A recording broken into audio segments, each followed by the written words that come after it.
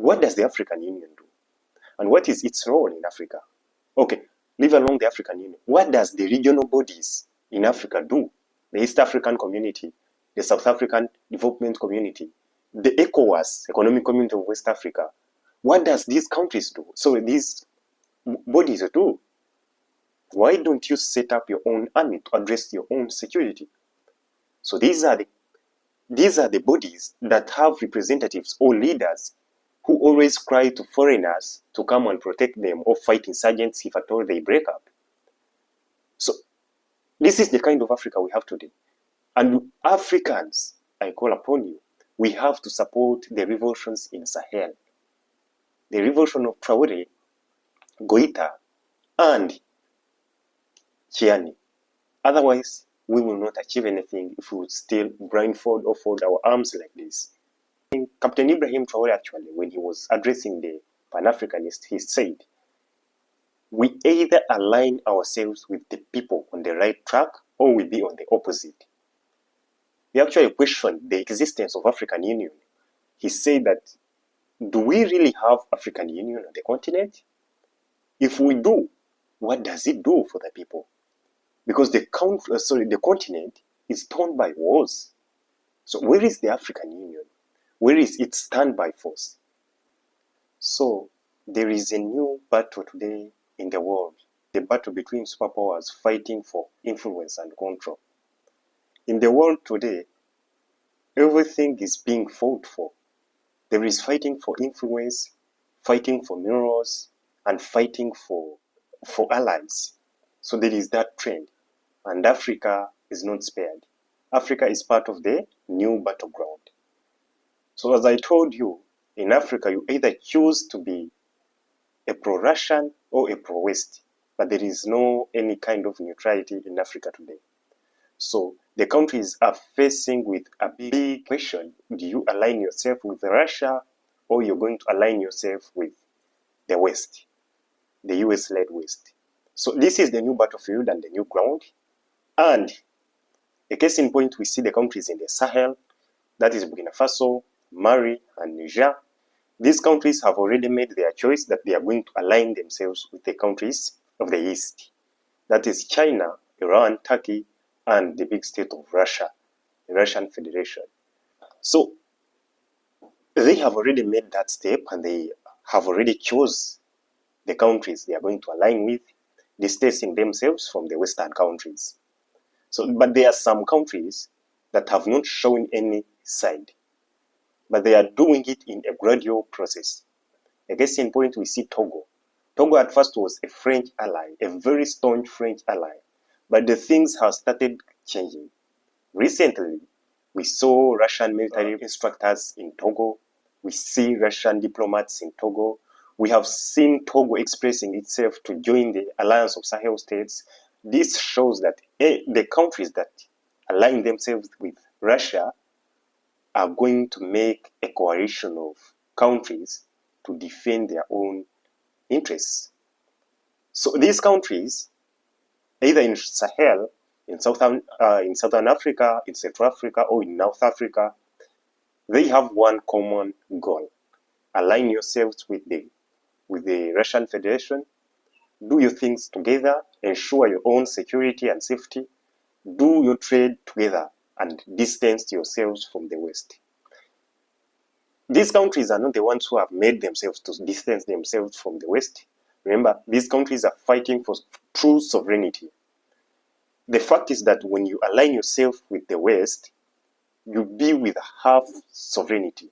That means that most of the decisions being taken by a head of state are from the other side. So as the country or a leader of that country, you cannot make an independent decision and implement it so that it can benefit your own people. So you see this kind of drama, and it is happening. So we are seeing also some signs in Madagascar. Remember, Madagascar was a French colony also. It is today a very good friend to the French. Remember, the head of Madagascar who was ousted, Rajolina, you know that name, who was ousted, had two passports. He had a French passport and a Madagascar passport. He had two nationalities, to be brief. So this shows that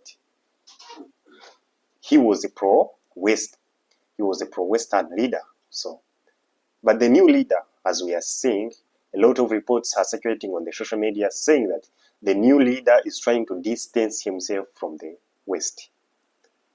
The new leader shown some interest of aligning himself with Russia, according to some reports, because though they are not yet confirmed, that Russia has sent its ambassador to Madagascar to engage with the new leadership of Madagascar in mutual cooperation and respect. And when this president was swearing in, he said that all countries that have been engaging with Madagascar should know that the old regime is gone, and they should know how to engage with Madagascar on mutual respect and for mutual benefit between the two countries. So this shows the sign that France has been interfering in Madagascar, and that's why the well-being of the country is not actually impressing. That's why you see mass riots. Yeah, that is what is happening in Madagascar today. We also got some news that the 92-year-old Paul Biya has won elections in Cameroon. The 92-year-old Paul Biya, he has been the president for more than 42 years. He's seeking another term. He has 92 years of age. Since he started running Cameroon, Cameroon has never stepped ahead even a single inch like this for 42 years. This is the longest serving president in the world and the oldest president in the world. But he also sought for another term and he has got it. Now he has won elections, winning his rival. So you see the kind of democracy we have in Africa today. When we see that democracy in Africa is not working well as it is expected by the masses, you complain that we don't want democracy. The fact is that, like Captain Ibrahim Traore said it, we have to build our own institutions, being Africanized. We have to build our own democracy that can work for the well-being of the people. We will not follow the blindfold democracy that is imported from outside and imposed on us. So these are the countries that export that democracy to us, and we implement it, and of course it fails. Because how can you say that the 92-year-old president has won those elections by 56 point something, as I saw? How can you say that? So you see that there is a lot of injustice in the Electoral Commission, favoritism or something like bribery like that, election scandals like that. So this all calls for violence, of which this is not necessary for the country. Because you cannot say that the majority have voted for someone and you bring a person of minority. What do you expect that will be in the country? So that is according to the news we got, and we have to share with you what are your opinions, what do you think about this? Do you think we will achieve anything, or it will always be like that? So another thing, Captain Ibrahim Traore actually, when he was addressing the Pan-Africanists, he said, we either align ourselves with the people on the right track or we be on the opposite. The African countries, they actually questioned the existence of African Union. He said that, do we really have African Union on the continent? If we do, what does it do for the people? Because the continent is torn by wars. So where is the African Union? Where is its stand by force? The African Union is very, very active in condemning coups, like we saw in Madagascar. They suspended the Madagascan authorities. They suspended Madagascar from African Union. What does this show? They are very, very fast to condemn coups.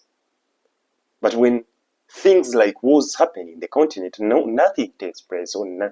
There is no any further steps that can be taken to address the issues. The Sahel has been battling with those insurgents for more than 10 years. Sudan A lot of people are unalive daily. Nothing has ever taken place. So what does the African Union do? And what is its role in Africa? Okay, leave along the African Union. What does the regional bodies in Africa do? The East African Community, the South African Development Community, the ECOWAS, Economic Community of West Africa. What does these countries do? So these bodies do. Why don't you set up your own army to address your own security? So these are the bodies that have representatives or leaders who always cry to foreigners to come and protect them or fight insurgents if at all they break up. So this is the kind of Africa we have today. And Africans, I call upon you, we have to support the revolutions in Sahel. The revolution of Traore, Goita, and Chiani. Otherwise, we will not achieve anything if we would still blindfold or fold our arms like this. We have to support these people because they are doing a lot. First of all, they are informing us. Second, they are fighting for our survival as Africans, our dignity. They are doing whatever they can as leaders. Let's hope the best for them. Though there is a lot of sabotage and perversive actions against them, but this does not fear you. We will thrive in Jesus' name. Thank you for being with us.